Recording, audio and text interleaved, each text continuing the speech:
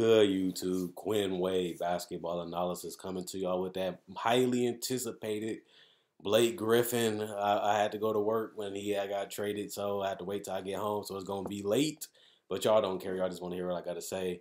This is the trade that y'all all know, but I want to recap it. The Clippers, they trade Blake Griffin and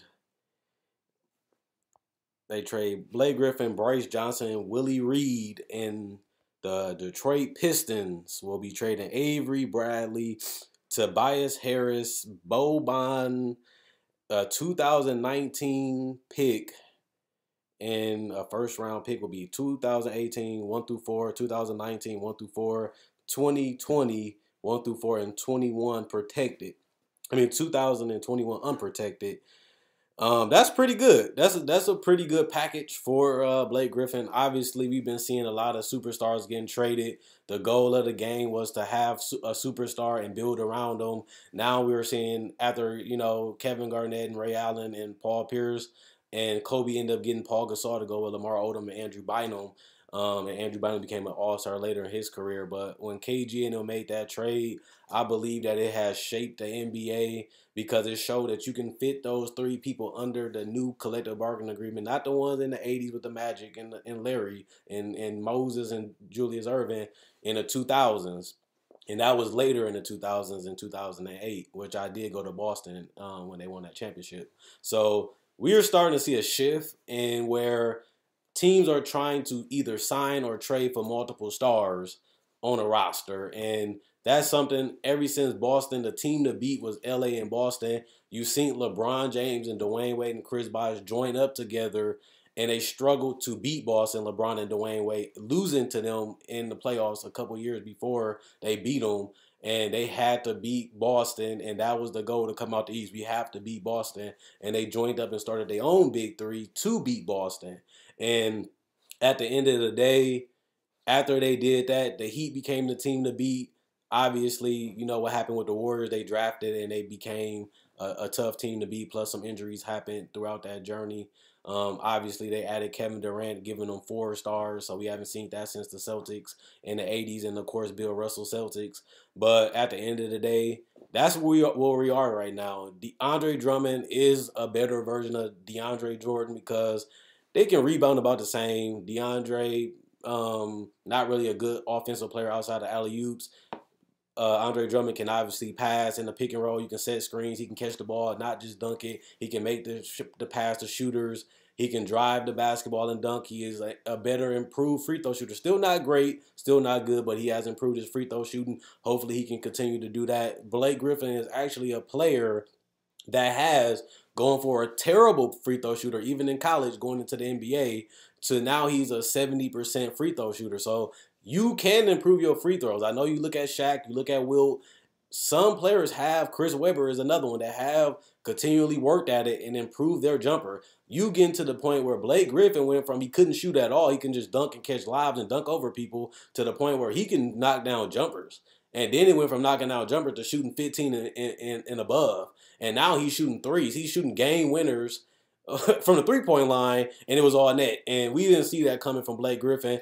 Certain people, especially on TV when I was growing up, they all thought Blake Griffin had that ceiling. You got to give Blake Griffin a lot of credit for continuing to develop and working on his game. This guy can handle the ball. The guy can put the ball on the floor. The guy can average in 5 assists at the power forward position. And he's creating the points, not just passing out of the pick and roll. He's handling the ball, finding shooters, finding dump-off, finding lobs, and you're going to see a lot of that with Andre Drummond. And honestly, he didn't have none of that to me in this game coming from Oklahoma. He improved and added to his game every year. The hardest part about Blake Griffin, he is a top 10, top 15 talent. He's a guaranteed all-star, whether he's in the West or in the East. And at the end of the day, injuries have really hurt him. That's the only problem I have with this trade, is that Detroit wanted to make a move so they can make the playoffs, so they can at least try. But when you have a player of Blake Griffin caliber, we've seen it with Butler, we've seen it with George, and these are supposed to be top 10 to top 15 players also, that teams are willing to take the future, teams are willing to take the aspirants and trade their stars. But Blake Griffin, the biggest difference about him was he just signed that 5-year contract. It's a huge contract at that. and Detroit going to be locked into that for 4 years because he's playing his 5th year right now, and that's going to hurt them because they're going to have a team with Andre Drummond and Blake Griffin. We don't know how great that team will be. We only can speculate and think about what it might be. But if it's similar to the Clippers, they did win 50 and 60 games before. They won playoff series, but they did have a great player in Chris Paul. Reggie Jackson is one of my favorite players in the league. Y'all all know that. But he's not a Chris Paul level guy. He's not a superstar. He's not a top 5 player. He is one of the better point guards to me because he's always attacking. He's a clutch playmaker and shooter in games. He can hit game winners. He's not scared of the big moment. He's a guy that can create his own shot.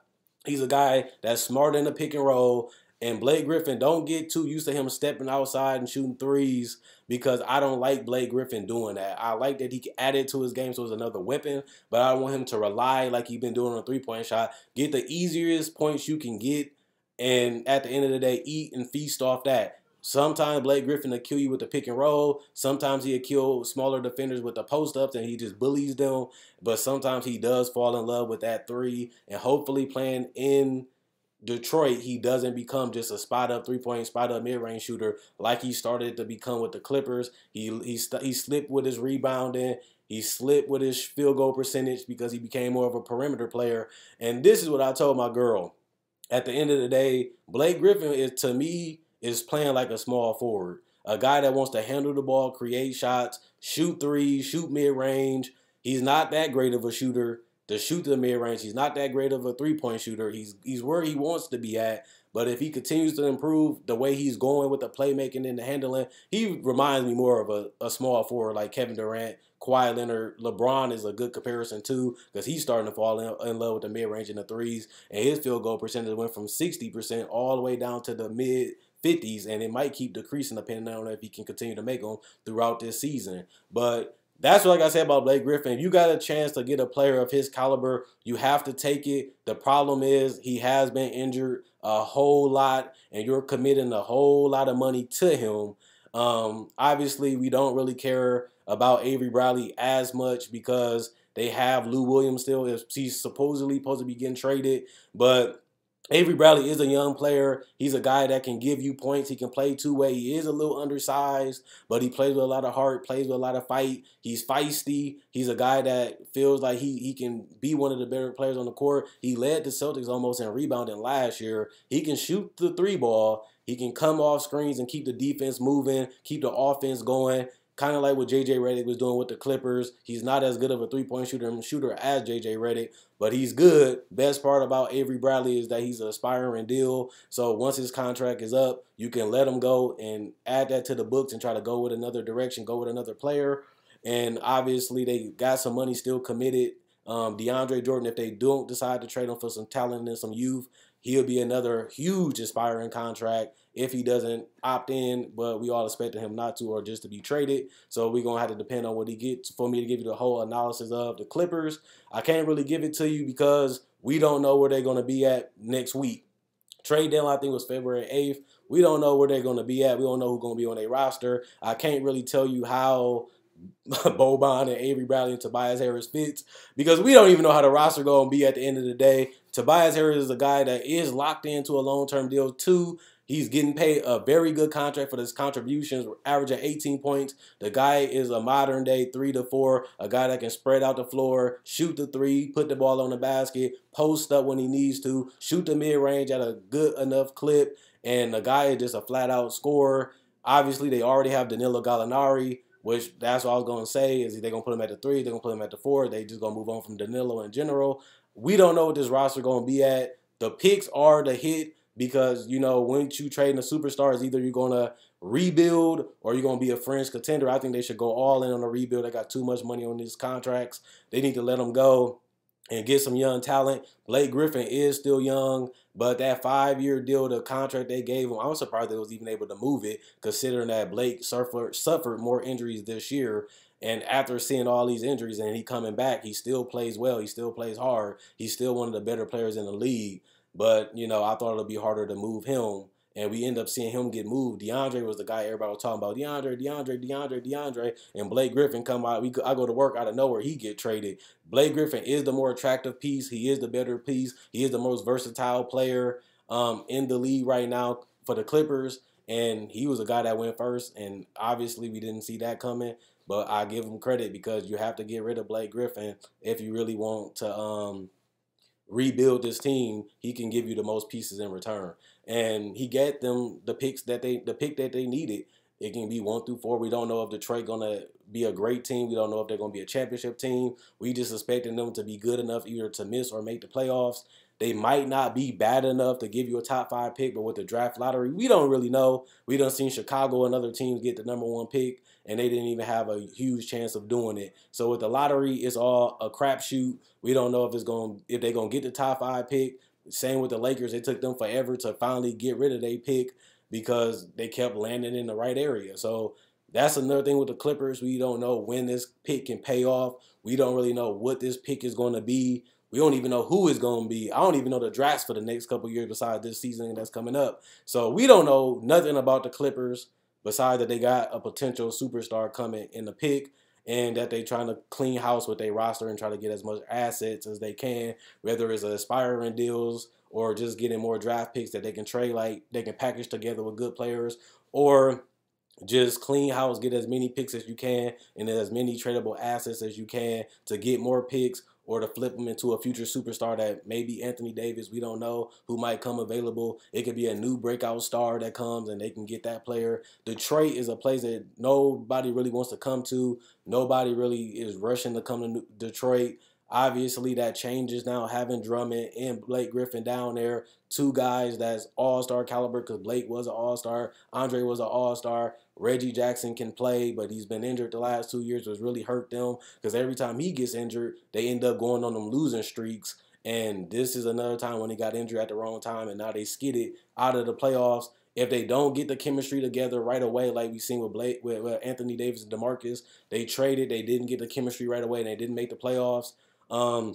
We're going to see if this is going to happen to the Pistons, if they're going to come right away and be great, if they're going to come right away and be mediocre, or if they just not going to gel right away and then they fall all the way out of the playoff. That benefits the Clippers more than it benefits, obviously, the Detroit Pistons. So it's a risky deal, but Stan Van Gundy feel like he got to get the best player available. And I bet you when he found out that Blake Griffin was on the trade block, he did whatever he had to do to get this trade done. And for what I just read right now, this is at 12 o'clock in Wisconsin.